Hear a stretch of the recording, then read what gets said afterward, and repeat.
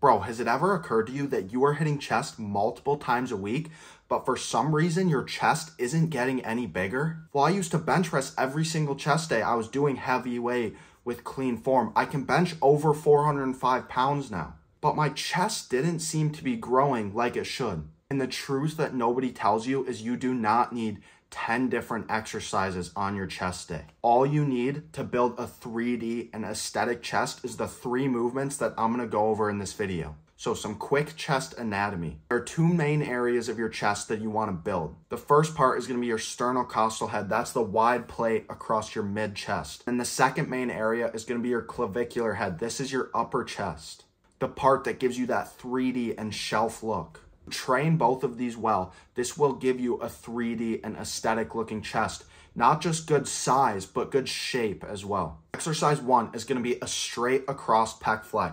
Something like this, coming straight across the front of your body. You can forget the flat bench for a second. This is going to hit your mid chest with 0 tricep intervention. You can use cables or a pec deck, and you want to think about driving your elbows together across the front of your body like you're hugging something. Make sure you're getting a full stretch and then squeezing your chest hard at the top. And you can even end with partials on these for the stronger portion of your chest. This is a great isolation movement. It takes your ego out of things. You're doing these slow and controlled. And then second, you want to do an incline chest press, something like an incline Smith machine or an incline dumbbell press. But you really want to focus on your arm path. Make sure your arms aren't way up like this, because this will be targeting the mid chest that you already hit. You want your arms tucked at a 45-degree angle. Make sure you're keeping the tension on your chest, not letting your shoulders or your triceps take over when your form starts to break down. You're going to do 2 sets really heavy, making sure you're taking both of them to failure or at least 1 rep in reserve. And then lastly, for the upper chest bias, to get that big shelf across your upper chest, you are going to do a low to high cable fly. Understand this about your upper chest. It's not just about pressing upward, it's about shoulder flexion and adduction. So you're bringing your arms up, but also in.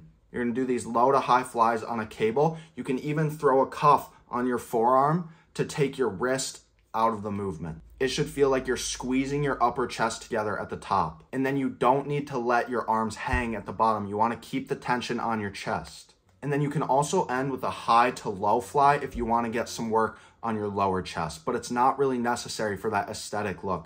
And when you work your mid chest, your low chest will help out a little bit. You don't really need to even flat bench unless you really enjoy it. I just do 1 set of flat bench at the beginning of my chest days because I enjoy it, and then I move on to the more optimal exercises. You don't need 5 different angles or to hit every single chest machine in your gym to get a good chest workout. You need 1 fly for the mid chest, 1 press for the upper chest, and then 1 fly for the clavicular bias of the upper chest. That's it. Find the machines that you like and do these 3 exercises repeatedly over time, progressive overload each session. Get stronger on these 3 than you were last time you worked out, and your chest will start to blow up. If you want my exact chest day where I use these movements, DM me on Instagram. And if you like this video, hit that like button, drop a comment, and subscribe if you're not, because we're building the best version of you right here, right now.